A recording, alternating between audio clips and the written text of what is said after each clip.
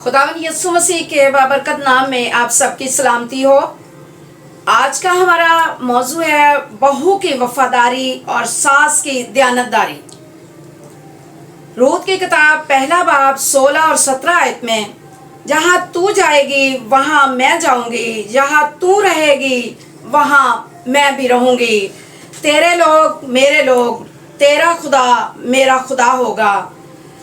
आज के दौर में सास और बहू के तल्लुकात को अक्सर झगड़ों, इख्तलाफ और दूरियों की नज़र से देखा जाता है, लेकिन बाइबल मुकद्दस हमें एक ऐसी सास और बहू की मिसाल देती है जिनका रिश्ता मोहब्बत, वफादारी, एहतराम और कुर्बानी पर कायम था।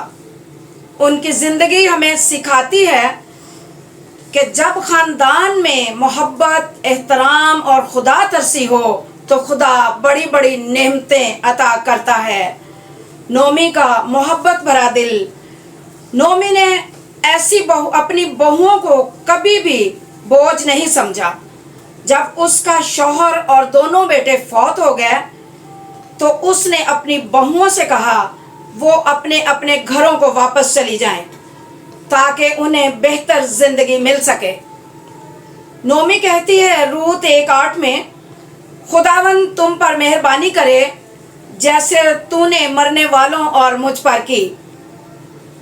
एक अच्छी सास अपनी बहू को बेटी की तरह मोहब्बत देती है। रूत चाहती तो अपनी कौम और ख़ानदान को वापस जा सकती थी, लेकिन उसने नोमी का साथ नहीं छोड़ा।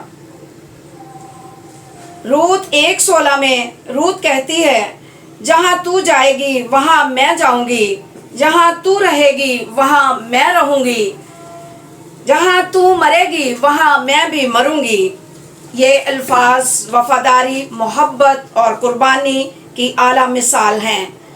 एक नेक बहू सिर्फ अपने शौहर को नहीं बल्कि पूरे ख़ानदान से मोहब्बत रखती है। रूत ने हमेशा नोमी की बात को माना और उसका एहतराम किया। जब नोमी ने उसे बोअज के खेत में जाने का मशवरा दिया तो रूत ने बड़ी आजिज़ी से उस पर अमल किया। रूत कहती है, रूत 3:5 में, जो कुछ तू कहती है मैं करूँगी। एहतराम पर रिश्ते की बुनियाद है। नोमी की ज़िंदगी दुखों से भरी हुई है। उसने अपने शौहर को खोया, उसने अपने दोनों बेटों को खोया, मगर रूत ने उसे तन्हा ना छोड़ा। सच्चा रिश्ता वही है जो मुश्किल वक्त में साथ दे। खुदा ने रूत की वफादारी और नोमी की दयानतदारी को ज़ाया होने नहीं दिया। खुदा ने रूत की शादी बोअज से कराई और इसे असीम बरकत अता की। दाऊद बादशाह की परदादी बनी और खुदावंद यीशु मसीह के नसबनामा में शामिल हो गई। जो खुदा और ख़ानदान से वफादार रहता है, खुदा इसे इज्जत देता है। सास के लिए पैगाम, बहू को बेटी समझें, मोहब्बत और दुआ के साथ रहनुमाई करें, तनकीद की बजाय हौसला अफजाई करें। बहू के लिए पैगाम, सास का एहतराम करें, खिदमत और मोहब्बत का जज्बा रखें, घर के इत्तेहाद के लिए कोशिश करें। नतीजा, रूत और नोमी का रिश्ता हमें सिखाता है कि मोहब्बत, वफादारी, एहतराम और खुदा तरसी किसी भी ख़ानदान को बरकत का मरकज़ बना सकते हैं।